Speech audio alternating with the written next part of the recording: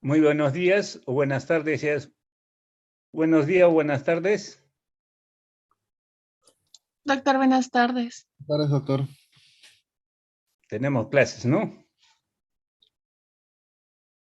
Pero estamos solamente todavía con 15 alumnos. ¿Qué hacemos? Esta clase es un poquito larga y queremos hacerle hora exacta.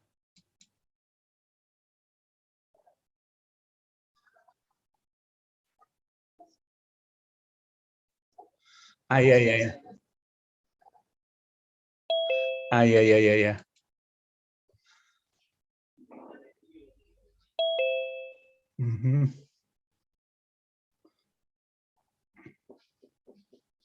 ¿Se ve la presentación? Sí, señor. Ok, esperar unos 2 minutitos.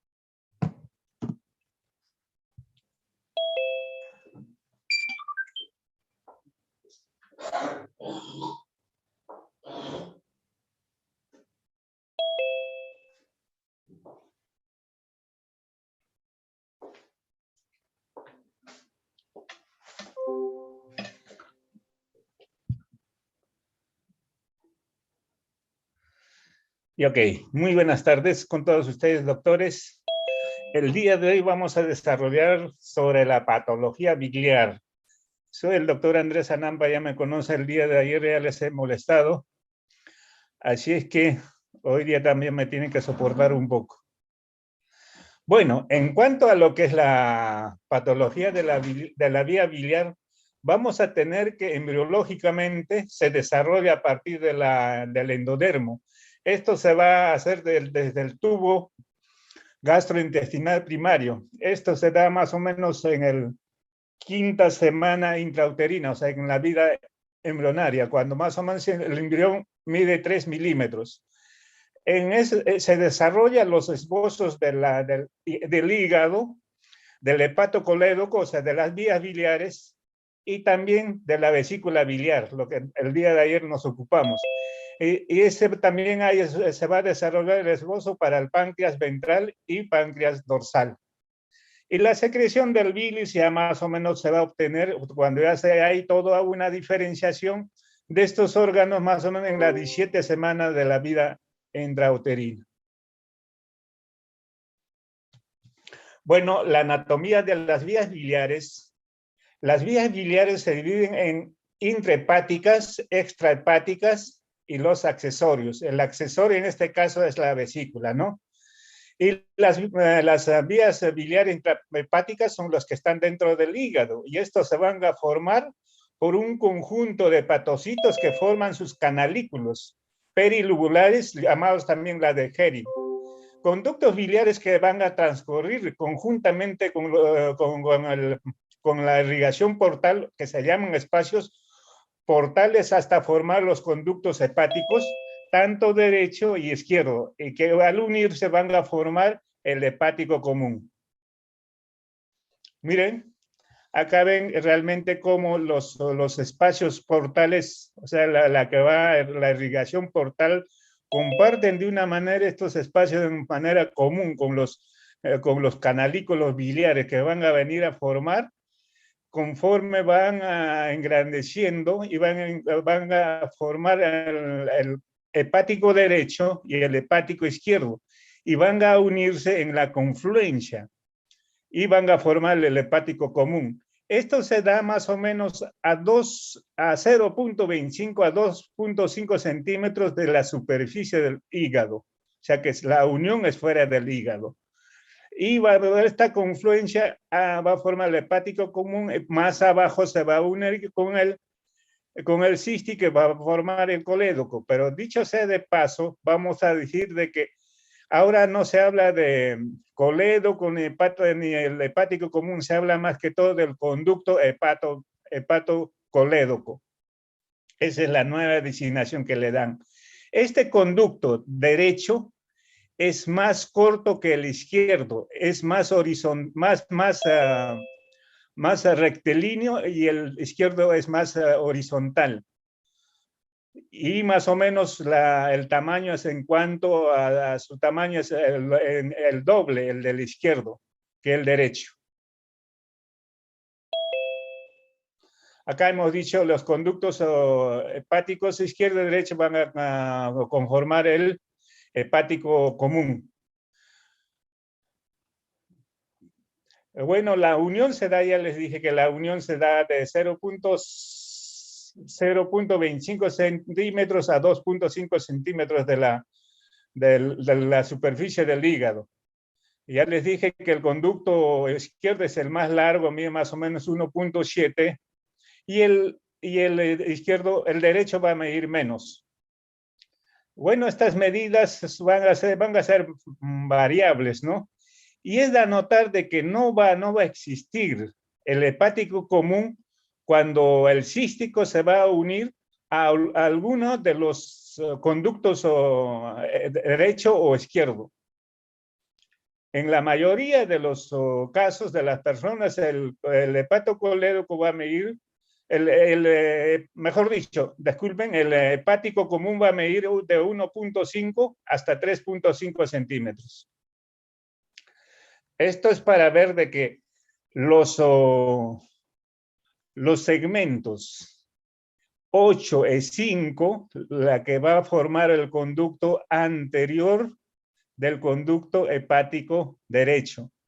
Es lo que va a colectar toda esta zona, va a drenar del conducto de los segmentos 8 y 5. Y la posterior va a colectar la del segmento 6 y 7 y se va a unir y va a formar el conducto hepático derecho, mientras que el hepático izquierdo va a drenar de los segmentos, la bilis de los segmentos 2, 3 y el segmento 4. Este tiene una formación media rara, la que se puede decir una formación de chi, y como ven es más horizontal, mientras que el otro es más longitudinal.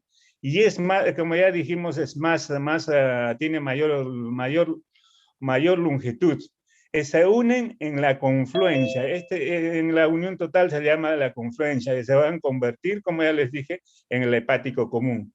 Y más abajo van a unirse con el cístico y va a tomar el nombre de colédoco. Pero una vez más repito de que es todo este segmento hepático común con el colédoco se llama conducto colédoco hepatocolédoco.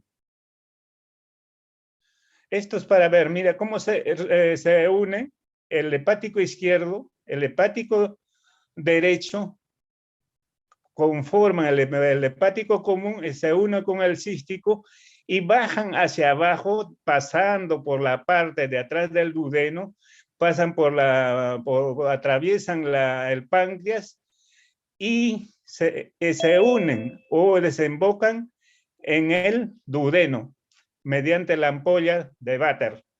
Esto principalmente está unido o se asienta sobre un ligamento hepático duodenal. O sea que transcurre conjuntamente en su lecho, como se podría decir, un ligamento hepático duodenal. Bueno, esto es para ver, recordar algo lo que es la secreción de bilis, la secreción biliar. Bueno, ya les dije el día de ayer que la composición de la bilis hepática y biliar va a estar compuesta por el colesterol, fosfolípidos, ácidos biliares, también pigmentos biliares, agua y electrolitos. Bueno, la función de la bilis ya va a ser, pues, de todas maneras, ya les dije también que facilitan la absorción o la hidrolización de las grasas para que de mejor manera se absorba a nivel de las vellosidades intestinales. Bueno, en cuanto existen la existencia de los pigmentos biliares, es la bilirrubina y la biliverdina. El colesterol se sintetiza en parte en el hígado y también proviene de los alimentos, o sea, del exterior. En cuanto a la secreción, cuando hay una expulsión del hígado, de la bilis hacia el colédoco o al hepatocolédoco, se llama coledesis, mientras que el proceso de expulsión de la vesícula hacia el colédoco va a llamarse colagogia. Y la evacuación del bilis va a producirse con la contracción de la vesícula. Y también se va a producir relajación del esfínter de Oddi, la salida de bilis eso va a permitir que haya una salida del bilis hacia el duodeno, para que ya cumpla su función. Entonces, la vía biliar principal, de lo que estamos hablando del hepatocolédoco, es la encargada de transportar la bilis elaborada por el hígado hacia el tubo digestivo para que cumpla su función de hidrolizar las grasas. Acá es para ver las porciones o las divisiones del hepatocolédoco. Acá ya se incluye, como ya les dije, a todo lo que es la canal canal biliar, el hepático común y el colédoco, que se llama hepatocolédoco. Esto se divide en 4 porciones. La supraduodenal, lo que está por encima del borde, luego la retroperitoneal, retroduodenal, y también la porción intrapancreática o pancreática y la intramural, la porción intramural, la que va a introducirse y va a atravesar todo lo que es la mura del duodeno y va a desembocar en la ampolla de Vater. Estas mediciones son 4 centímetros la supraduodenal, la retroduodenal 3, 2 centímetros la intrapancreática y la intramural 1 centímetro. Y recuérdense mnemotécnicamente 4, 3, 2 y 1. Porque también nos puede dar, acá nos da varias medidas, ¿no? Pero en sí son de 4 que estamos diciendo, 3, acá 2 y acá 1 que estamos diciendo. Y la longitud total del hepatocolédoco puede ser de 15 centímetros en total. Bueno, esto es para ver de que el hepatocolédoco, el conducto hepatocolédoco, está en sí, desde el momento que de la salida del hígado hacia abajo, su cara anterior está totalmente desprovisto de arterias, tampoco de venas, cosa que nos favorece para hacer algunas maniobras o las intervenciones quirúrgicas. Este colédoco va a estar en el mismo plano con el hepático, con la arteria hepática, que se va a dividir en hepática derecha y hepática, hepática derecha e izquierda. Y la izquierda es la que va a dar la arteria cística. Esto principalmente se da de atrás por detrás del colédoco. Siempre la arteria se coloca por detrás del colédoco. Pero hay alteraciones que se dan un 25% que puede pasar por encima, por adelante del colédoco, que esta es una malformación, de repente una variedad de lo que se presenta, ¿no? Entonces acá hay que tener mucho cuidado cuando uno deseca para hacer coledocotomías o también en las mismas colecistectomías. Acá es de anotar de que acá en esta zona también existe un ganglio llamado Mascani. Bueno, esto es para ver la irrigación arterial, ¿no? La arteria hepática, la que va a dar en la parte superior, por de su hepática derecha, la irrigación al colédoco. De igual manera, en la parte inferior también recibe ramas de la gastroduodenal y de la pancreático-duodenal.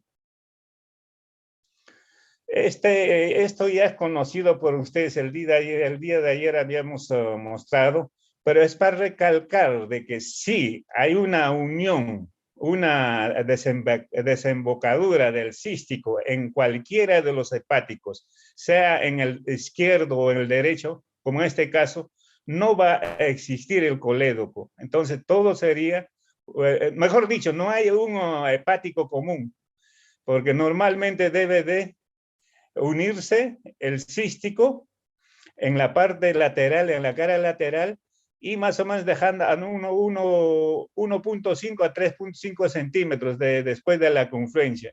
Y cuando no se produce eso, entonces puede unirse a uno de los hepáticos. En ese caso, entonces, no habría ya el hepático común. Todo sería colédoco. Estas son algunas de las varianzas en cuanto a las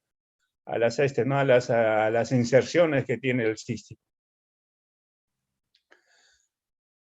El triángulo de Calot. Del día de ayer creo también ya les había hablado sobre el triángulo de Calot. Anteriormente se hablaba topográficamente que su límite superior estaba dado por el hígado, luego por el cístico y cuello de la vesícula biliar y el cístico, ¿no? Y la vía biliar principal, que es el hepático común. Eso era anteriormente lo que se consideraba que era el triángulo de Calot, pero posteriormente vamos a hablar de que esto se ha confinado a otra determinación. Esto sería en la nueva determinación, que es un triángulo hepático biliar. En este triángulo hepático biliar vamos a encontrar que en este espacio van a ser la arteria cística que va a irrigar a la vesícula. Y además vamos a ver que allí va a estar el ganglio de Mascani. Y un poco más posterior va a estar la vena porta, ¿no? La rama derecha. Miren, acá es lo que se llama el triángulo de Calot, realmente ahora confinado en sus limitaciones de la arteria cística, luego a donde desemboca en el cístico y el hepático común. Esta sería la nueva determinación. Y el triángulo hepatobiliar sería la que nosotros anteriormente llamamos triángulo de Calot. Claro que es más clara, ¿no? Porque nos hace ver de acá en este triángulo van a ser la arteria cística que va a irrigar a la vesícula, ¿no? Y además acá en esta zona donde más o menos hay un encuentro con el cístico y la arteria, ahí va a estar el ganglio de Mascani. Esto es para ver, como ya les dije, la irrigación que recibe, pero dentro de su pared del colédoco o el hepatocolédoco hay un enmarañado de arterias que se van a determinar el chum biliar. ¿Por qué? Porque tiene características especiales. Entonces, este colédoco, el hepatocolédoco, es un órgano muy ricamente irrigado. Y felizmente, desde ya nos facilita las intervenciones, la rápida curación, recuperación de las intervenciones quirúrgicas que se tienen. Esto es para ver de que el colédoco o el hepatocolédoco, para introducirse hacia la intramura, hacia el colédoco, hacia el duodeno, debe de unirse antes de ingresar con el conducto principal del páncreas, o sea, el conducto de Wilson. Esto a veces puede producirse un poco más más cerca al duodeno, y vamos a hablar de que es un conducto común corto, mientras que algunas veces pueden introducirse de manera individual. Vamos a estar frente a un conducto que no tiene, sin conducto, ¿no? Sin conducto de introducción. Y aquellos que son de conducto común largo, que se produce apenas se encuentran en el borde del páncreas, ¿no?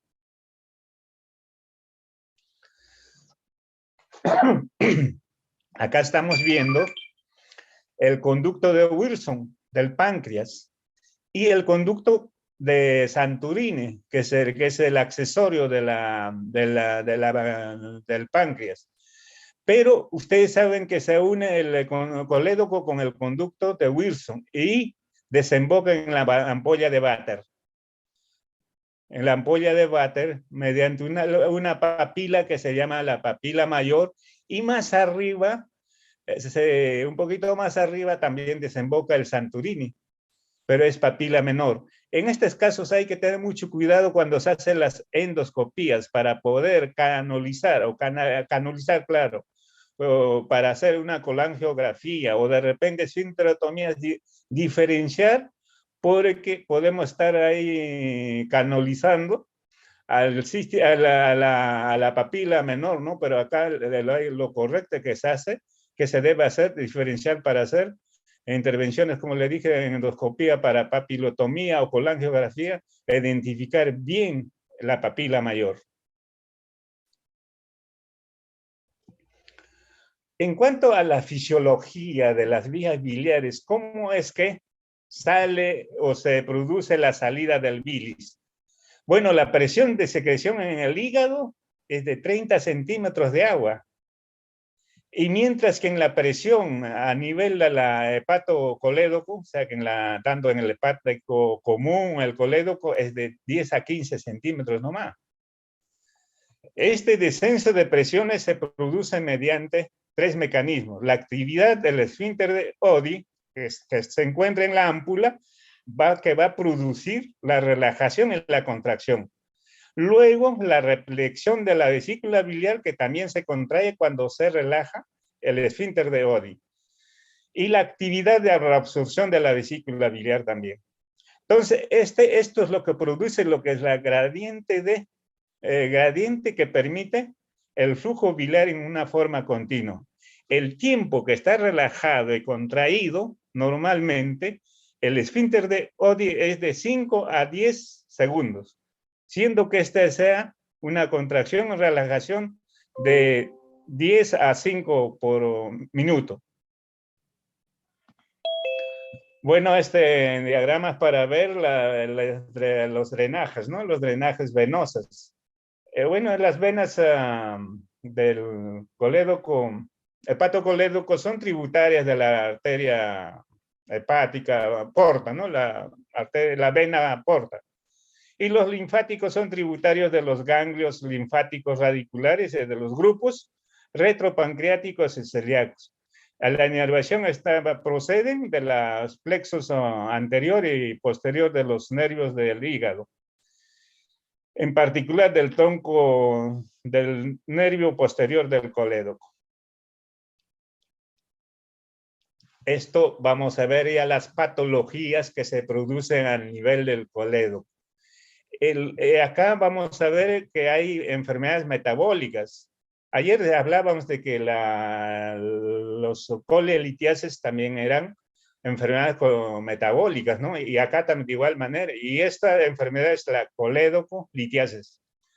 Y los tumorales que pueden ser intrínsecos o que son neoplasia también extrínsecos que van a enfermar o van a comprimir por compresión, ¿no? O también por neoplasias que se producen en la periferia del colédoco. Y también la producción de hidatidosis, ¿no? En diferentes sitios. Los pseudoquistes también pueden producir extrínsecamente, comprimir los pseudoquistes de páncreas que pueden comprimir exteriormente al colédoco. Adenopatías metastásicos también y cavernomatosis de la aorta. Las traumáticas. Las traumáticas, lamentablemente, la gran mayoría, por no decir casi total, son iatrogénicas, o sea, los producidos por los que trabajan a nivel de la vesícula y también a nivel del colédoco. Y traumatismos abiertos que a veces pueden ser por balas o por cuchillo, ¿no? Y las inflamatorias, aquellas que son producidas por inflamación, o sea, por infección. Esto puede darse el síndrome de Mirici, oditis y pancreatitis.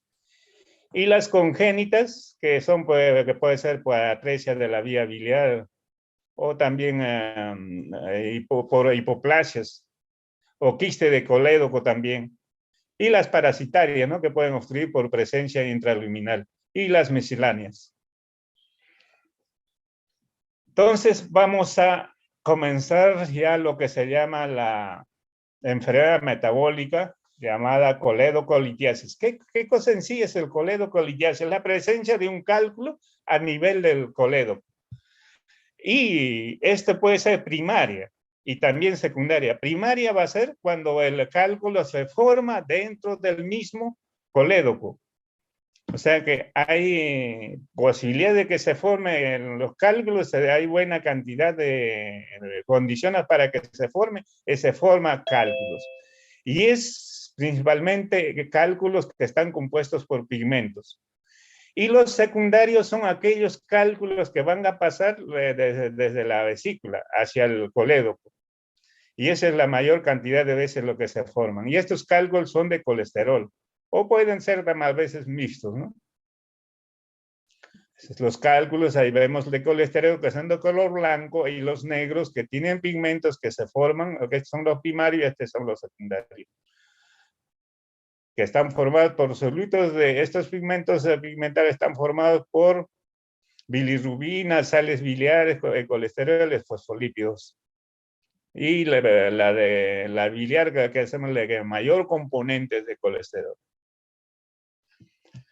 Bueno, en cuanto a lo que es la coledocolitiasis, en casos secundarios, el 6 hasta 12% va a pasar los cálculos que se han formado en la vesícula. Y esto va a aumentar cuando aumenta la edad.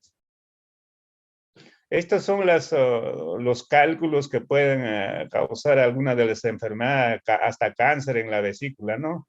El coledocolitiasis de igual manera acá va a causar colangitis, pancreatitis, etc. Y acá a nivel de la vesícula, colecistitis aguda, el cólico biliar y también colecistitis crónica y también hasta cáncer, como le dije. Bueno, ¿cuál es el cuadro clínico de la coledocolitiasis? De hecho, como hay una obstrucción, va a haber un dolor tipo cólico localizado en el cuadrante superior derecho, o sea, en el hipocondrio. Se acompaña a veces con fiebre y ictericia. Muchas veces puede ser asintomático, pero como ya hay una obstrucción, entonces va a haber un aumento de dolor a nivel del hipocondrio derecho. Puede acompañarse también con coluria, también acolia, porque no pasa los pigmentos biliares para dar color a las heces, entonces las heces no van a tener color. La incidencia de que se acompaña a una coledocolitiasis en colecistitis aguda con ictericia es más o menos 70%. O sea que la coledocolitiasis también puede acompañarse con colecistitis aguda. Ayer ya dijimos, ¿no? Y esto, si es una colecistitis aguda, se acompaña de una ictericia marcada, ¿no? Ayer dijimos que es hasta 1.5, de repente llega a 4, entonces hay que pensar también que puede estar sobrenadando un lito en el colédoco. Bueno, en cuanto al laboratorio, hay leucocitosis, no tan ligera, por lo menos hasta 15.000. La bilirrubina directa, no también, puede subir hasta no mayor de 10, ¿no? Y también la fosfatasa alcalina va a estar elevada y las transaminasas. Como ya les dije, puede ser silencioso, dolor parecido al conducto es un dolor parecido al producido por la implantación del dolor en el conducto cístico, ¿no? Porque realmente es lo que sí le está obstruyendo es a nivel de colédoco distal. Puede haber, como ya les dije, ictericia grave y puede ser hasta progresiva. Eso sí, se acompaña también náuseas, vómitos. Y al examen vamos a encontrar lo que es la hipersensibilidad en la región epigástrica y en cuadrante superior derecho. Acá lo que hay que buscar, y se presenta en 2/3 de los pacientes que cursan con coledocolitis con bilirrubina aumentada, fosfatasa alcalina y transaminasas. Este es lo que se llama el patrón colestásico. Recuerden, el patrón colestásico. Acá hay que buscar principalmente en transaminasas el gamma glutamil transpeptidasa.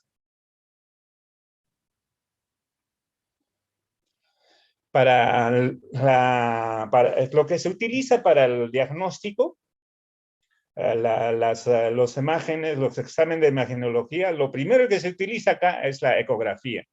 De hecho, vamos a ver de que va a haber dilatación de las vías biliares. Y este examen es muy barato, ¿no? Y acá me olvidaba, ¿cuánto es lo normal del lumen o el diámetro del colédoco? Normalmente es hasta 6 milímetros, de 2 hasta 6. Pero si es más allá de 6, ya estamos pensando de que hay dilatación de la vía biliar. Luego se puede utilizar también la resonancia magnética, es lo que nos va a dar la anatomía de la vía biliar. En casos de que pensemos tumores o pensemos otras patologías, podemos hacer la tomografía axial computarizada. También nos podemos, la pancreato colangiografía retrógrada endoscópica, para localizar los cálculos. Lo malo es que ahora los gastroenterólogos ya no aceptan con fines diagnósticos, sino de tratamiento. Y también la colangiografía tamparieto hepática. Esto era pues antes de elección, ¿no? Pero ahora lo que sí ha desplazado es la resonancia magnética, la colangioresonancia. Luego también cuando ya está uno en la operación o ya se ha abierto al paciente, podemos hacer una colangiografía operatoria transquer, ¿no?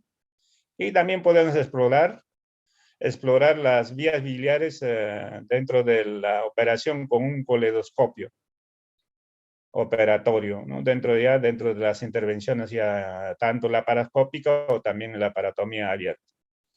Bueno, los diagnósticos diferenciales debemos hacer con pancreatitis aguda, también con colangitis, que hay que tener en cuenta de que la coledocolitiasis es antesala de la colangitis.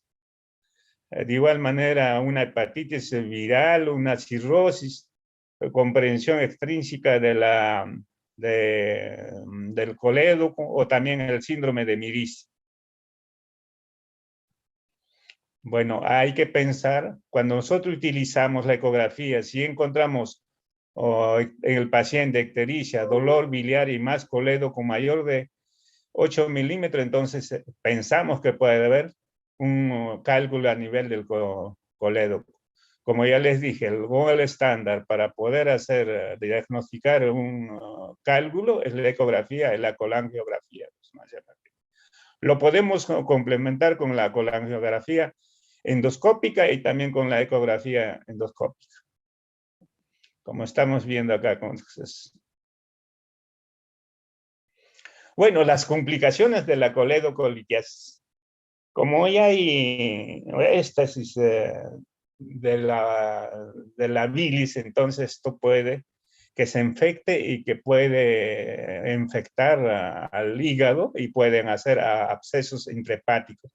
Luego, como ya les dije, el coledolitiasis es la antesala del colangitis.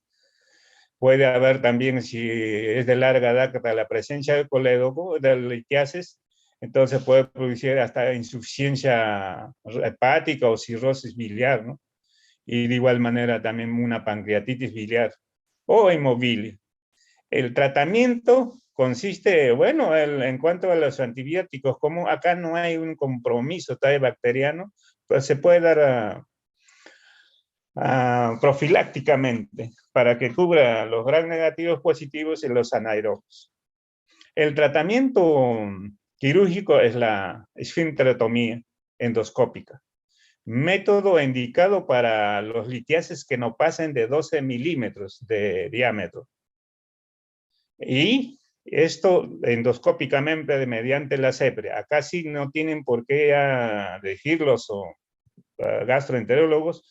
Cuando encontramos, diagnosticamos que el cálculo está ubicado en el coledo, que entonces tiene que entrar para hacer una esfincterotomía y extraer el cálculo. Se dice hasta 12, actualmente se acepta hasta 18 milímetros, por la razón de que ya los endoscopios actualmente felizmente ya cuentan con litotrixores, también algunas sondas como la de Dormia, entonces pueden extraer hasta 1.8. En cuanto a lo que cuando ya no se puede extraer, es demasiado grande los cálculos, o están impactados en la parte distal, entonces hay que hacer un tratamiento quirúrgico.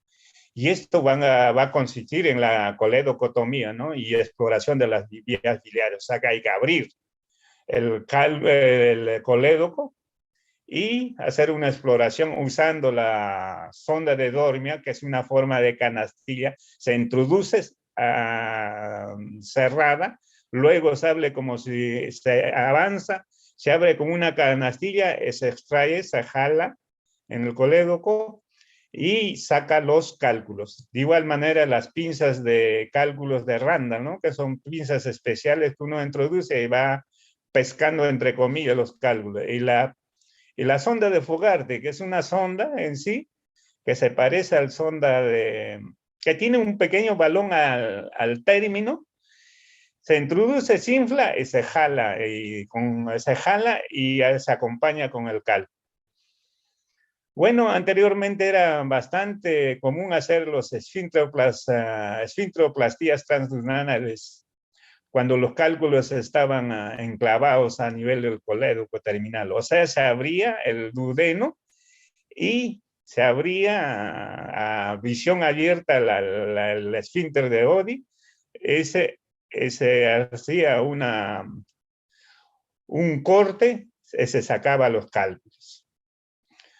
Además, cuando nosotros estamos operando, podemos hacer coledoscopía. Coledoscopía. O sea, que explorar. Hay coledoscopios que realmente nos permiten hacer exploración de las vías del coledo. Y muchas veces no solamente se puede extraer, o algunos cálculos están muy impactados a nivel distal y hay que hacer unas derivaciones biliodigestivas. Puede hacerse del colédoco con el duodeno, de manera lateral o término lateral. Y también se puede hacer un colédoco hepático, puede utilizar el colédoco o el hepático común. Se puede hacer una anastomosis con el yeyuno. Esto se llama una anastomosis de Rook, una asa desfuncionalizada del yeyuno. O se puede hacer también el mismo yeyuno en forma de asa omega. Entonces, esto es para recalcar bien si nosotros hacemos una esfincterotomía, o sea que sacamos abrimos el esfínter, sacamos el cálculo hacia el duodeno. Esto se tiene que completar. Si el cálculo ha provenido de la vesícula, entonces debe de completar con una colecistectomía. Pero esto hay que esperar unos 3 días, desde 48 a 72 horas. ¿Por qué? Por la razón de que con el CEPRE, la esfínterotomía y la extracción del cálculo se hace con CEPRE.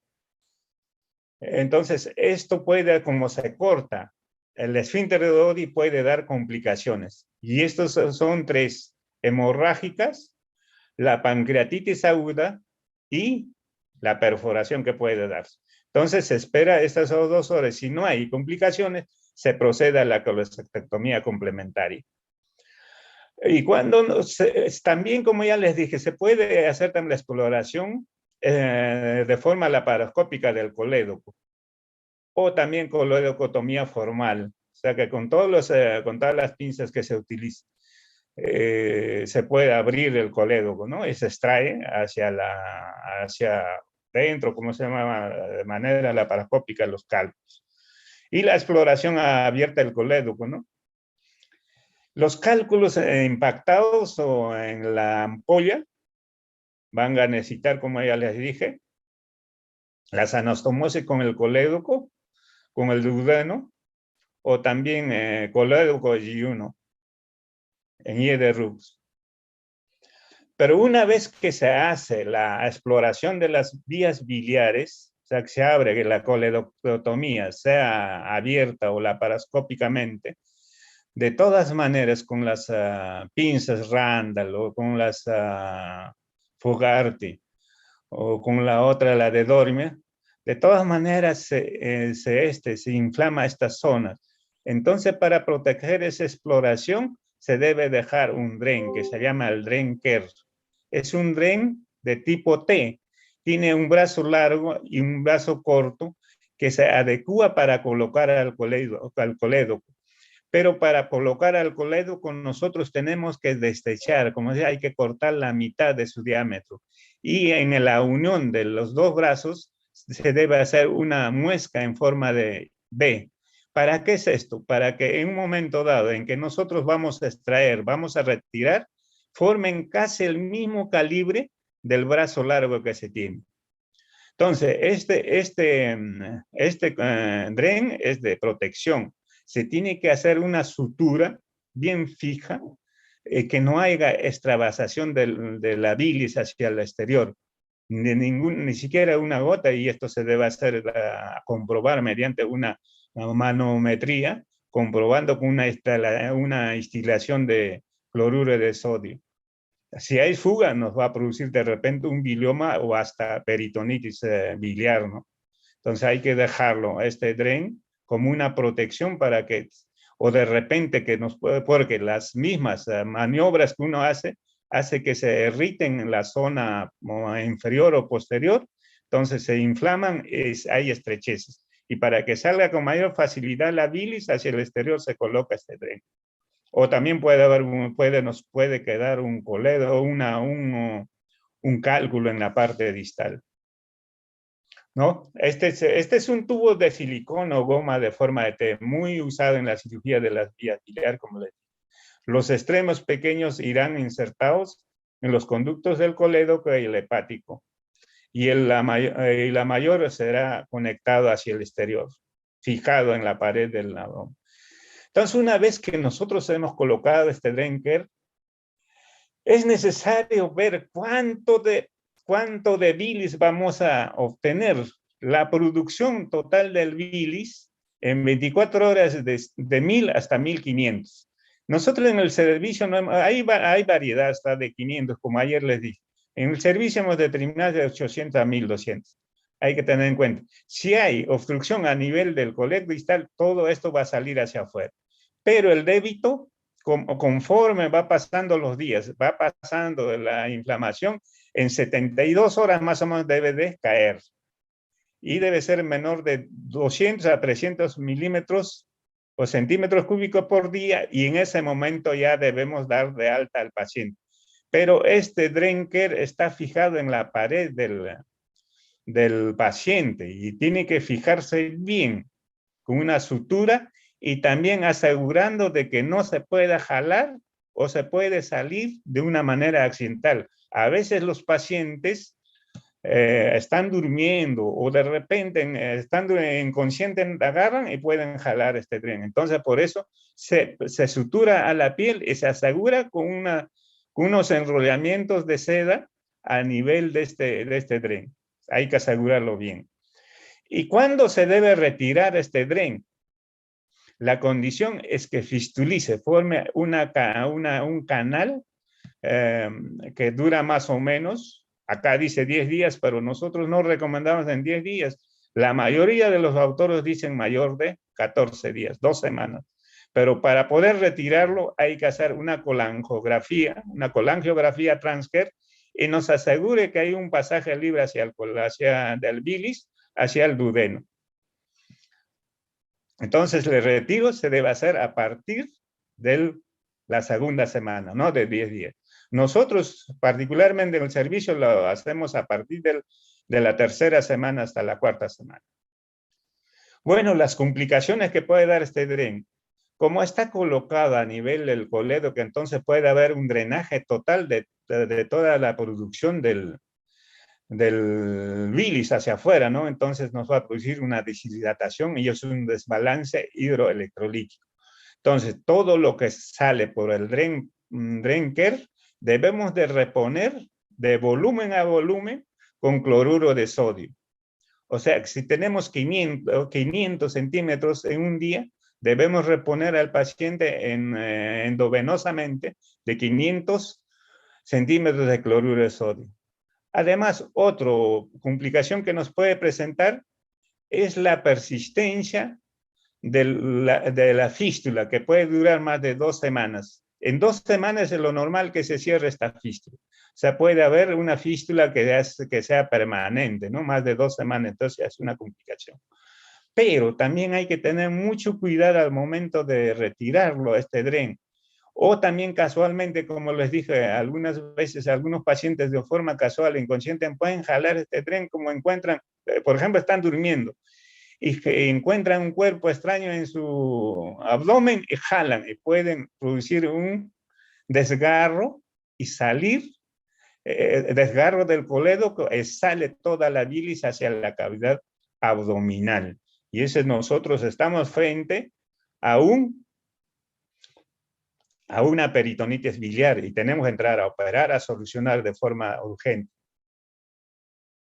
Bueno, las condiciones para por lo menos colocar este dren, ya les dije que debe estar fijado o con sutura, no absorbible y herméticamente, ¿no? Y debe estar un poco conectado hacia el exterior, un poco más arriba de lo que está conectado a nivel del colédoco. ¿Para qué? Para que venza este gradiente, esta fuerza de gradiente, y que la mayor cantidad de bilis pase hacia el duodeno. Entonces, debe estar, como acá ven, más alto la salida hacia el exterior. Ya les dije, en el exterior debe asegurarse con suturas y en forma de fijación, en forma segura a la piel, para que no pueda, en un momento puede jalar tampoco. Y esto debe estar colocado a una bolsa de colostomía que se apega a la superficie del abdomen, a la piel del abdomen, y esto, todo lo que sale en 24 horas debe ser descartado cuando por lo menos pues, tenga buena cantidad en la bolsa de colección, ¿no? Utilizamos principalmente bolsa de colostomía, y eso se cuantifica. Esto, bueno, ¿qué más? Bueno, al momento de retirar hay que tener mucho cuidado, ¿no? Tratar de que no vaya a haber un desgarro, ¿no? Que se ha formado ya una fístula. Y si hay de todas maneras va a quedar en el coledo con un orificio, eso va a salir una fístula, pero va a ceder más o menos en 2 semanas, se cierra. Bueno, dejemos de lado nuestra exploración y la exploración de las vías biliares de nuestro KER. Dejemos tranquilos ahí. Y vayamos ya a la cuestión de desarrollar lo que es colangitis. Este es uno de los dos principales complicaciones de la colelitiasis. La otra es la pancreatitis aguda.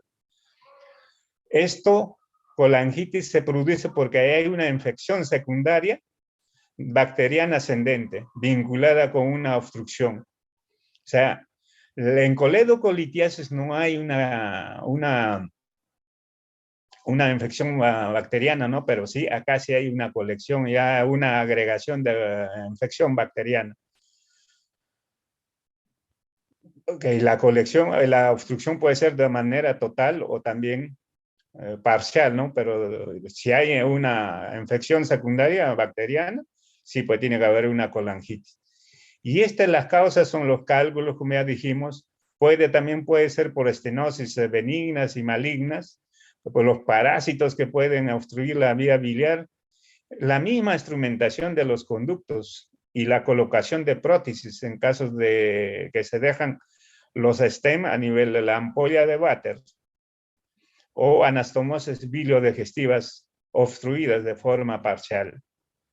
Los patógenos que intervienen en esta infección secundaria son E. coli, ¿no? Escherichia coli, la Klebsiella pneumoniae, Streptococcus fecales y la Enterobacter. Y el anaerobio que nosotros conocemos como el Bacteroides fragilis. Y acá en lo que vamos a ver clínicamente, va a haber la tríade de Charcot. De hecho, ya hay todo lo que es la sintomatología de la tríade de Charcot, más dos síntomas o signos más que se agregan y que va a determinar lo que es la pentalogía de Reynolds. A lo anterior se agrega choque séptico y cambio del estado de conciencia del paciente. O sea, hay desorientación del paciente. Bueno, en cuanto al diagnóstico, vamos a encontrar que mediante un examen de laboratorio vamos a encontrar un aumento de leucocitosis bastante marcada ya, más o menos una desviación de izquierda, también va a haber un aumento de fosfatasa alcalina, la bilirrubina y las transaminases. El tratamiento en el diagnóstico podemos utilizar, como les digo, la ecografía. Colangiografía endoscópica retrógrada ya no se utiliza con fines diagnósticos, como les dije, por acuerdo de los gastroenterólogos. Más bien se puede dar a la mano lo que es la colangiografía. La ecografía es importante y eso sí, la colangiografía endoscópica sí con fines de descomprimir, ¿no? Tratar de extraer ¿cómo se llama? El cálculo o colocarle un stent a nivel de la ampolla de Vater, ¿no? Para que drene libremente la bilis hacia el duodeno. Bueno, el tratamiento va a consistir en estabilizar el paciente, hay que darle líquidos y también soporte vasopresor y también antibióticos que cubran anaerobios y también gram positivos y gram negativos. En este caso podemos utilizar la ceftriaxona con metronidazol o clindamicina o también el ciprofloxacino, entre otros, ¿no? Lo que sí va a ser importante, como ya les dije, es la descompresión de la vía biliar, drenar el conducto biliar. En un buen caso se puede retirar el cálculo mediante la CEPRE, o sea, por la colangiografía endoscópica retrógrada, y la cirugía para el tratamiento de las exploraciones de vías biliares o la colecistectomía se difiere para posterior. Esto es lo que se llama los criterios diagnósticos y clasificación de la colangitis aguda por los criterios de Tokio. Esto se determina la inflamación sistémica que va a estar dado por la fiebre o escalofríos o la temperatura mayor 38. Datos del laboratorio que nos evidencia respuesta inflamatoria, ¿no? Va a haber una leucocitosis PCR. Y en cuanto a la colestasis, el estado colestásico, ¿no? El patrón colestásico que puede haber, ictericia, va a presentar el 60% de los pacientes, datos laboratorios de pruebas de función hepática, ¿no? En este caso de las transaminases, TGP, TGO, más que todo esto es la gamma la gamma glutamil transpeptidasa, ¿no? Que tiene que estar mayor de 5 veces de su valor normal. Lo normal es 50. Si es mayor de 250 ya hay una éstasis colestásica, conjuntamente con las pruebas de función hepática, ¿no? Y también el ictericia. Y en cuanto a las imágenes de dilatación biliar, evidencia de etiología en las imágenes, puede haber presencia de estenosis, cálculo, ¿no? O presencia de STEM que están ahí haciendo obstrucción. Esto dado por la ecografía abdominal o también la tomografía, la resonancia magnética. Vamos a ver que es un diagnóstico probable cuando hay estos signos del A y B. Mientras que ya diagnóstico diagnóstico definitivo es cuando hay los tres parámetros. Este es para pero vamos a dejar de lado. Ya, dejamos de lado lo que es la colangitis. Vamos a ver ahora lo que es las enfermedades inflamatorias. En este caso vamos a ver el síndrome de Erice. ¿Qué es un síndrome de Erice? Esto se da porque va a haber una obliteración del cuello de la vesícula, o lo que se llama la bolsa de Harama, que va a estar dado por la presencia de un cálculo que va a estar impactado en el cuello y va a producir una obstrucción mecánica de tipo extrínseca de la vía biliar principal. Se puede presentar con fístulas o sin fístula. O sea, con una fístula entre la vesícula y el duodeno, ¿no?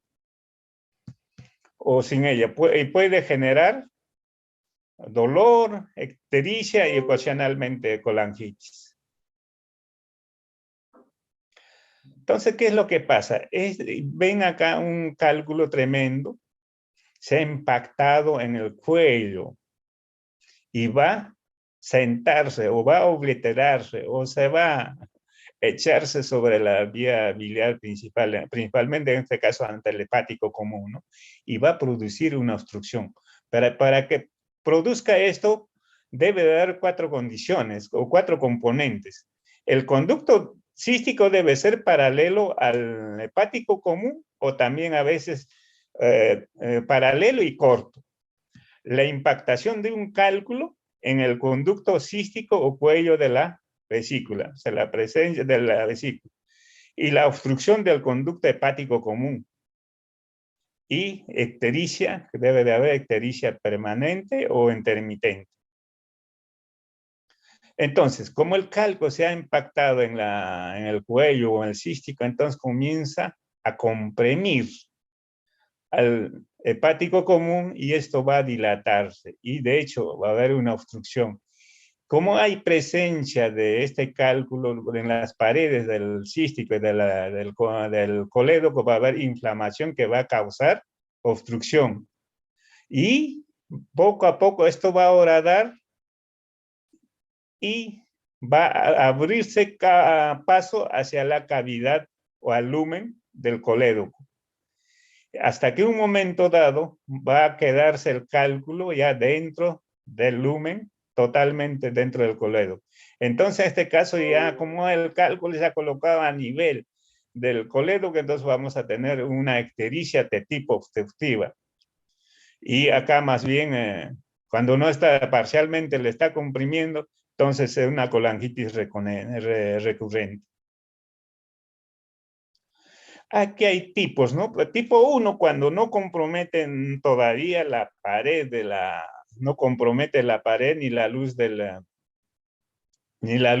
colédoco. Mientras que tipo 2 sí, pues ya está ingresando y compromete al 33% de la luz o del lumen del colédoco. El tipo 3, 66%, o sea, las 2/3 partes de la luz. Y tipo 4, ya el cálculo ya se ha colocado totalmente en la luz y también en el cístico, en la vesícula, ¿no? Entonces, esto es una fístula colecisto-biliar. O sea, una fístula que se ha producido de la vesícula hacia el colédoco. que son de 4 tipos, tipo 1, tipo 2, tipo 3. Tipo 1 es por presencia de cálculo, no compromete toda la luz ni las paredes, pero sí hay inflamación. Acá ya sí un tercio de la pared de la luz. Y acá 2/3 de la luz o del coledo, que ya casi totalmente toda la luz. Tipo cuarto. Estos son diferentes nombres que le han dado anteriormente, ¿no? Pero ya se han quedado con el nombre de tipo 2, 3 y también tipo 5. Ese tipo 5 es cuando hay cualquiera de estos tipos, pero ya hay una fístula también que puede dar hacia el intestino, en este caso al duodeno. O sea, un cálculo sale haciendo una fístula de la vesícula hacia el duodeno. Este tipo 5 es A y B. A solamente cuando hay fístula y B cuando hay hilo biliar. O sea que se escapa del cálculo de la vesícula y pasa, recorre todo el trayecto de los intestinos, se llega a la ampolla biliar, hasta a la ampolla ileocecal y hace una obstrucción, o sea, una hilo biliar. Esto es todo lo que dijimos. Les dije al de quinto B, como les dije, cualquiera de estos con una vesícula, pero sin hilo biliar, y la quinto B, o la 5B, se asocia con hilo biliar. Bueno, es una colangiografía, ¿no? Como de tipo 1 que recién está asentándose sobre el hepático común. Bueno, en cuanto al tratamiento, si nosotros tenemos de tipo 1, o sea, no comprometo, basta que se le haga una colestectomía laparoscópica y se soluciona, ¿no? Pero también si hay un problema ya de paredes, hay inflamación, se puede hacer solamente una colestectomía fondocística, ¿no? Dejando de lado cierta cantidad del infundíbulo de la vesícula. O también una colestectomía subtotal. También se puede hacer una colestectomía y dejar un dren que nos permita controlar cómo va a ir. En cuanto a la colestectomía, en cuanto al de tipo 2, pueden hacer una colestectomía subtotal, o sea, dejar la parte del infúndulo del cuello, pero se debe dejar también una conexión hacia el exterior. Tipo 3 también, pueden hacer colestectomía fondocística, ¿no? Y algunas veces sí hay que hacer la anastomosis, ¿no? Del colédoco, hepático o también yeyuno, cualquiera de los dos. Pero como ya en el cuarto ya hay problema de que ya compromete toda la luz, acá sí hay que hacer una colestectomía más anastomosis, ¿no? Entre el conducto hepático y el yeyuno, o sea, que en Y de Rux. Esto también es igual que el anterior, de acuerdo a los procedimientos que han hecho.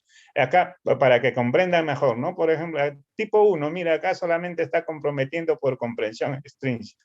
Basta que le hagan una colestectomía y salgan, ¿no? Dejarle de lado. Depende cómo está la pared, pues, del este, ¿no? Pero si hay una pared que vas a comprometer, entonces preferible dejarle un dren, ¿no?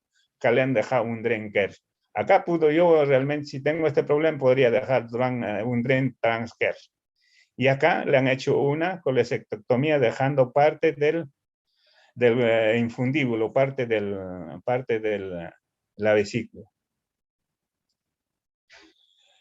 Ya bueno, es cuanto al síndrome de Mirici. Bueno, ahora hablaremos ya de los quistes, pues, de colédoco, ¿no? Pueden ser primarios o que son los quistes congénitos secundarios que se producen dilataciones por compresión. Quistes secundarios o por obstrucción, por iatrogenia o inflamación o neoplasias. El diagnóstico se hace principalmente por la ultrasonografía, de igual manera también tomografía axial computarizada, y dentro de su sintomatología vamos a encontrar la triada de dolor y ictericia y masa abdominal. Acá se preguntarán, ¿y por qué va a haber una masa abdominal si es un quiste, un espacio pequeñito, ¿no? Recuérdense que solamente mide 6 milímetros, ¿no? De diámetro. ¿Y cómo vamos a hacer masa abdominal? El manejo es quirúrgico, ¿no? El manejo de estos quistes es quirúrgico, porque muchos de ellos pueden migrar hacia cáncer. Entonces, la resección del quiste, en la medida de lo posible, por alta posibilidad de que va a convertirse en cáncer.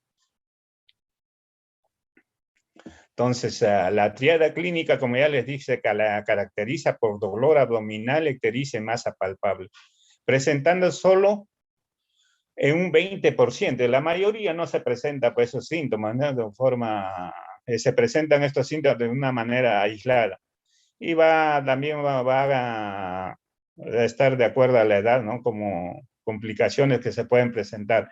En las complicaciones que pueden presentar estos quistes, la litiasis biliar, que ya dijimos ya, puede producir también estenosis del colédoco, ¿no? Colangitis ascendente, pancreatitis recurrente, y algunas veces puede producir también ruptura del quiste, con peritonitis biliar, ¿no? O cirrosis biliar también, y la hipertensión portal puede evolucionar a un colangiocarcinoma. Bueno, acá lo vamos a ver de que son de los tipos que se presentan. Tipo 1 es dilatación quística del conducto biliar común. Esto se presenta en el 80-90% de los casos. Tipo 2 es una dilatación, un divertículo verdadero, un divertículo que sale de una forma de un saquito, ¿no? Entre comillas, ¿no? Que sale de la pared del conducto biliar. Ahora, de tipo 3 es un colédococele, o sea que es un quiste que se da en la ámpula, al final del colédoco, ¿no? Que desde va a afectar a la luz intraductal del conducto biliar común. Entonces, sale pues este quiste hacia el duodeno. Y de tipo 4 son los múltiples quistes, tanto dentro fuera del conducto colédoco, hepatocolédoco biliar, o también entre hepáticas. O sea que en los dos, tanto afuera y adentro, ¿no? En los dos vías biliares, ¿no? Tanto extrahepáticas y intrahepáticas. Y de tipo 15 es lo que se llama la enfermedad de Carule, que presenta múltiples quistes intrahepáticos que van a ir a fibrosis y cirrosis. Esto es, recuérdense solamente que esto es la dilatación del árbol principal, ¿no? Del colédoco. Ahí ve, bueno, es para... Y esto es de tipo 1. De tipo 2 es un divertículo, ¿no? Una forma de una bolita que tiene una base, una saliencia y se forma, ¿no? De tipo 3 es aquel que se forma allá al final del colédoco, ¿no? En la ampolla de váter, y va a salir con un colédoco solo a la luz del duodeno. Y de tipo 4 es la que se forma tanto en la vía biliar principal y en la vía intrahepática. Y la de Carule ya pues son intrahepáticas, pero que van a ir a una fibrosis hepática. Es una de tipo quístico, ¿no? De tipo diverticular. El diagnóstico se basa principalmente en la clínica y en el uso del ultrasonido y la ecografía, ¿no? Se logra un diagnóstico del 92% de los casos de las malformaciones quísticas de la vía biliar. Se complementa con el TACS y la CEPRE también, en la colangioresonancia. En la vía biliar hay que tener en cuenta lo que se hace, lo que mejor nos permite hacer el diagnóstico es la ecografía y la colangioresonancia. La CEPRE, como les digo, ya es de procedimiento, y el TACS cuando ya no necesitamos hacer la ampliación o presencia de tumores. El CEPRE nos va a servir para poder hacer la intervención, ¿no? En casos de tipo 3, cuando hay colédococele. Dentro de los hallazgos ecográficos vamos a encontrar estructuras quísticas que puede contener barro, cálculos, incluso neoplasias sólidas, ¿no? A diferencia de los pseudoquistes pancreático de los quistes de duplicación entérica, el quiste de colédoco puede alcanzar dimensiones tan grandes que impide la correlación etiológica con el árbol biliar. Lo que decía anteriormente, ¿no? Pero parece que la irrigación y la elasticidad es lo que nos van a dar estos quistes tan grandes, que nos van a permitir hasta palpar. Por ejemplo, ecográficamente un quiste tremendo de colédoco, tomográficamente también parte axial y de axial coronal y también sagital, ¿no? El hígado bastante grande. Esta es una colangiografía mediante CEPRE. Ahí vemos que hay dilatación de las vías biliares intrahepáticas y extrahepáticas. Estamos de tipo 3-4, ¿no? El tratamiento. El tratamiento, ¿cómo se va a hacer? Va a depender de los tipos que nosotros tenemos, ¿no? Si es de tipo 1, pues de todas maneras hay que hacer una quistectomía y una anastomosis yeyuno hepático, hepático, en el RUC. Y si es de tipo 3, recuerden, este es una saliencia hacia el duodeno. Se puede hacer una CEPRE, se puede hacer una CEPRE y una esfincterectomía endoscópica. En casos de cuarto, se puede realizar de tipo cuarto una esfincterectomía ductal en algunos casos. Más bien en el tipo cuarto sí pues se tiene que hacer ya una hepatectomía izquierda o también trasplante hepático, ¿no? Porque en sí es una extrahepática. Esta es una anastomosis hepática con hepático común con yeyuno, ¿no? En asa de Rux. Acá lo que quieren interpretar es que debe de haber, que esta asa debe ser utilizada de manera correcta, que no se deje que no se debe de utilizar mucho intestino, para evitar de que esto se enrolle, puede ser por mucho tamaño hasta vulgularse el intestino. Y esto se realiza a 40 centímetros del ángulo trace, se desfuncionaliza y se lleva hacia arriba el cabo distal y se anastomosa el látero terminal con la boca que nos ha quedado, ¿no? Bueno, por último, los cánceres de conductos biliares. Epidemiología. La incidencia es de 0.3%, felizmente es poco. Parece que en hombres es un poquito más que en mujeres. La edad es siempre en pacientes, como todo cáncer, en pacientes que son mayores.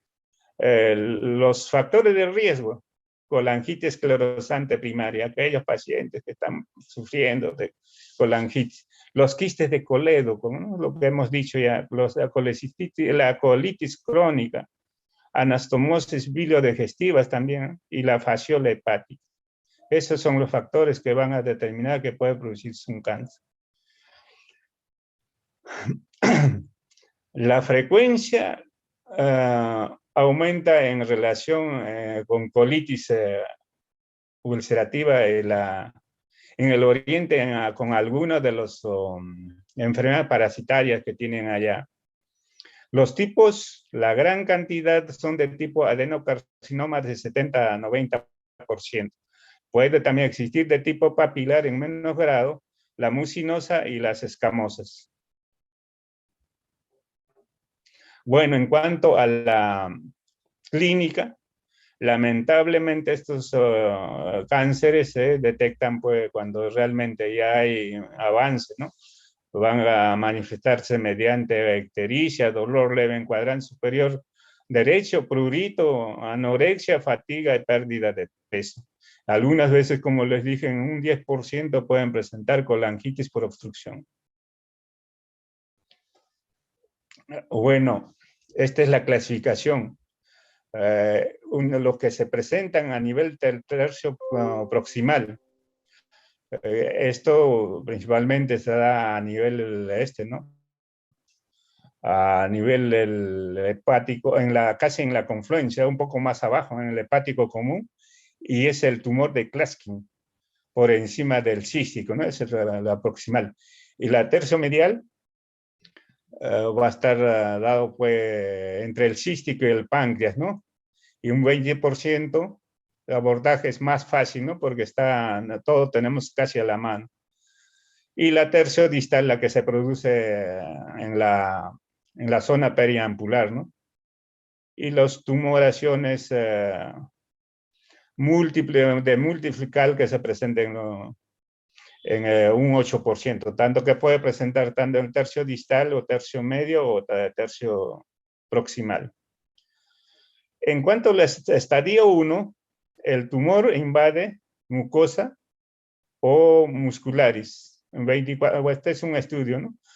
De estadio 2, tumor invade el tejido conectivo perimuscular. No pasa todavía, tipo 2 no pasa todavía la serosa del colédoco, ¿no? Tipo 3 y hay metástasis ganglionar, o sea que ya sea N1 o N2, linfáticas regionales de la zona. Y cuarto, ya hay pues invasión de órganos adyacentes o metástasis, ¿no? A distancia. El manejo, desde ya para el diagnóstico, la ecografía establece los niveles de la obstrucción, la tomografía que nos va a dar la anatomía, la colangiografía también nos puede dar la anatomía biliar, determinar dónde está la obstrucción, y la colangiografía transparieto hepático o percutáneo, que se puede realizar cuando no tenemos la colangiografía endoscópica retrógrada. El tratamiento es la escisión del tumor. El tratamiento en pacientes de bajo riesgo, o sea, tratamiento quirúrgico, en pacientes de bajo riesgo sin evidencia de invasión de la arteria hepática, vena porta, hígado, se puede resecar el árbol biliar, incluyendo la bifurcación de acuerdo a la localización y reconstrucción con asa de Yune en forma de RUC, Y de RUC, y colocación de catéteres transhepáticas para proteger esa unión, ¿no?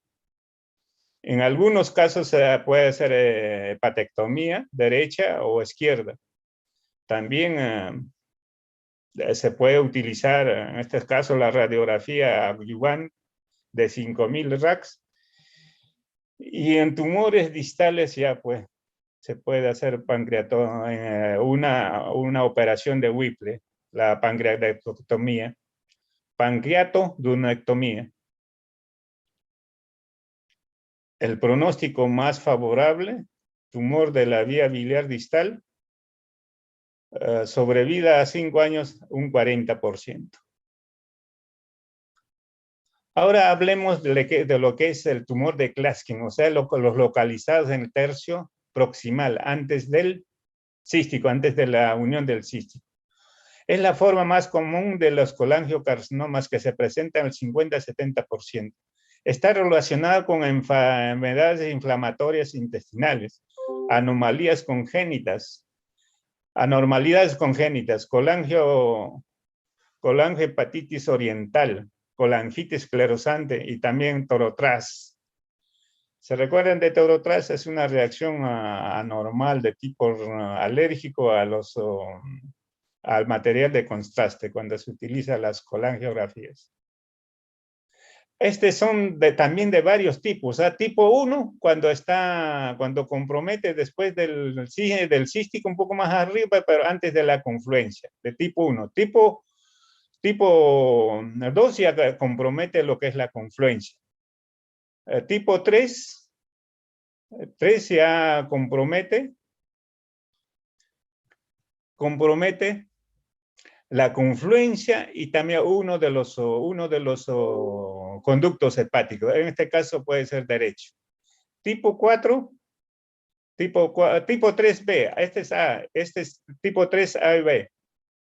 Tipo 3B es cuando ya compromete al lado izquierdo. Este está mal dibujado. El lado izquierdo, al hepático izquierdo. La confluencia, la proximal, o sea, va avanzando. Y tipo 4 ya haga todo antes de la confluencia y también tanto los dos hepáticos, derecho e izquierdo.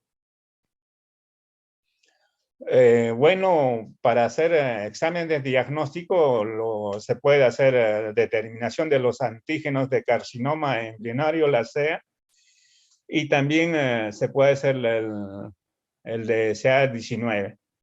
La fosfatasa alcalina, de hecho, va a estar elevada, también la determinación bilirrubina y la gamma glutamil transpeptidasa. Imágenes, la ecografía, la tomografía, y también se puede utilizar acá sí pues para determinar, para hacer estadiajes, las punciones y aspiración por aguja de punta fina. Este examen por punción, aspiración por aguja de punta fina, tiene que ser guiada por ecoendoscopía. Esto se hace, esta aspiración se hace de los ganglios linfáticos y iliares. Es la herramienta más común en el diagnóstico y estadificación de los tumores de Glasgow. O sea, que nos va a permitir si realmente están tomados esos ganglios o no están tomados esos ganglios mediante esta función. De hecho, la ecografía es una buena herramienta y también la tomografía computarizada. Con contraste puede usarse para valorar la extensión de la enfermedad. Mediante la tomografía, de hecho, vamos a ver desde ya también si va a estar tomado los ganglios, ¿no? Los ganglios tanto los regionales o locales. Y la colangiografía endoscópica, la CEPRE, que también podemos utilizar en este caso, ¿no? El tratamiento. El tratamiento es la resolución de la obstrucción biliar y la resección de la enfermedad. Entonces, también se utiliza son muy resistentes a la quimioterapia y a la radioterapia. Lo más importante es la resección quirúrgica. Los tratamientos paliativos también pueden darse y algunas veces se ha utilizado la gencitabina con cisplatino. Por último, los traumatismos del colédoco. Estos más que todo van a darse pues, traumatismo, como ya dijimos, la gran mayoría son las iatrogénicas, ¿no? O también algunas veces por traumatismos abiertos, ¿no? Pero la mayor cantidad es por en las injurias a que se hacen operaciones en la vesícula y se confunden con el cístico. Se puede hacer o clipar o inclusive cortar. En vez de cortar el cístico, se puede cortar el colédoco. Entonces, en sí es una catástrofe, ¿no? Y la mayoría de estas lesiones se producen en el tercio distal. La clasificación, tipo 1, a más de 2 centímetros de la convergencia. Tipo 2, menos de 2 centímetros, es más cerca, ¿no? Si es mayor de 2 centímetros, se llama de la convergencia, entonces eso es más accesible para poder reparar. De tipo 2, es la que se va a producir las lesiones a menos de 2 centímetros. Y de tipo 3, en la convergencia, o sea, en la confluencia, en la unión del hepático derecha-izquierda. Tipo 4, ya es los conductos hepáticos, o sea, una lesión a todo nivel. Y de tipo 5 con hepático común y conducto derecho. O sea, que el cuadro clínico va a producirse, pues, de hecho, si se produce una lesión del colédoco y pasa inadvertidamente, en las operaciones entonces va a haber posterior a una operación una peritonitis biliar, ¿no? Porque ya dijimos que se produce más de 1000 o 1200 a 800 de bilis, ¿no? Entonces se va a producir desde una peritonitis. Ictericia como excesiva prolongación de salida del bilis por drenes o también, ya dijimos, ya peritonitis biliar. La complicación a veces puede producir también, si la lesión es parcial, puede darse también colangitis por estrechamiento, ¿no? Por estenosis del colédoco. O también una cirrosis biliar a larga edad. Entonces, si el tratamiento tiene que ser quirúrgico desde ya. Si nosotros estamos operando y accidentalmente cortamos y nos damos cuenta, en el momento podemos hacer una reparación primaria de una anastomosis término-terminal. Esto siempre en cuando también la luz del colédoco nos permita hacer esta anastomosis. O también posteriormente que pueda encontrar una estenosis. A veces puede que se queme con el hux o una quemadura térmica y también puede producir una estenosis. Si esto descubrimos, muy posible en la parte proximal va a estar dilatado, pero la distal siempre va a estar un poco menos. Entonces podemos sacar esta estenosis y hacer una anastomosis término-terminal, pero también es necesario dejarle un dren que nos permita a decir si está pasando o no está pasando. En este caso han dejado un dren Kerr. Acá un dren transcístico, y acá le han dejado un dren de Kerr. De igual manera acá han hecho una anastomosis, pero han hecho un drenaje por uno de los hepáticos, en este caso el hepático derecho.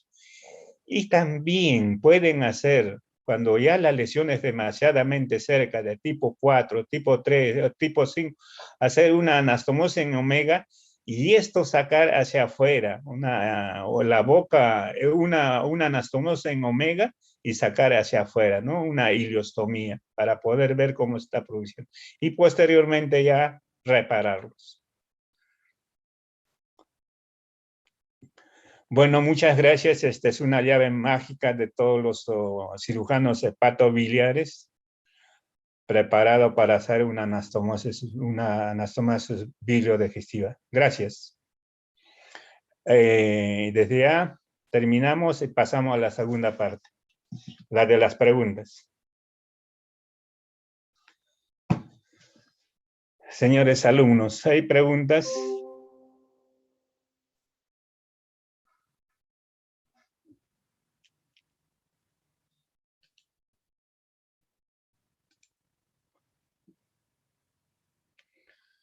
Preguntas, por favor, doctores. ¿Han comprendido todo o no han comprendido nada? Debe haber bastantes preguntas. Hemos tocado casos muy interesantes, ¿no? Muy interesante esta cuestión del síndrome de Merici. Interesante esto de los quistes, ¿no? Como crecen tremendamente un conducto demasiadamente pequeño. Y los tipos que hay de los quistes, ¿no? De igual manera, las soluciones que se le da y del síndrome de Merici, ¿no? La diferenciación que se debe hacer entre coledocolitíasis y colangitis. Desde ya es de marcar de que en el coledocolitíasis no hay una infección secundaria bacteriana, mientras que en colangitis sí dijimos que hay una agregación de una infección bacteriana que nos va a dar ya signos sépticos y también compromete el estado mental del paciente. Y que vamos a tener frente a ello lo que se llama la pentalogía de Reynolds.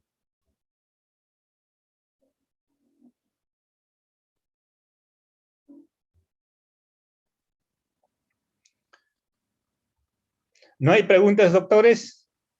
¿Me están escuchando? Sí, doctor.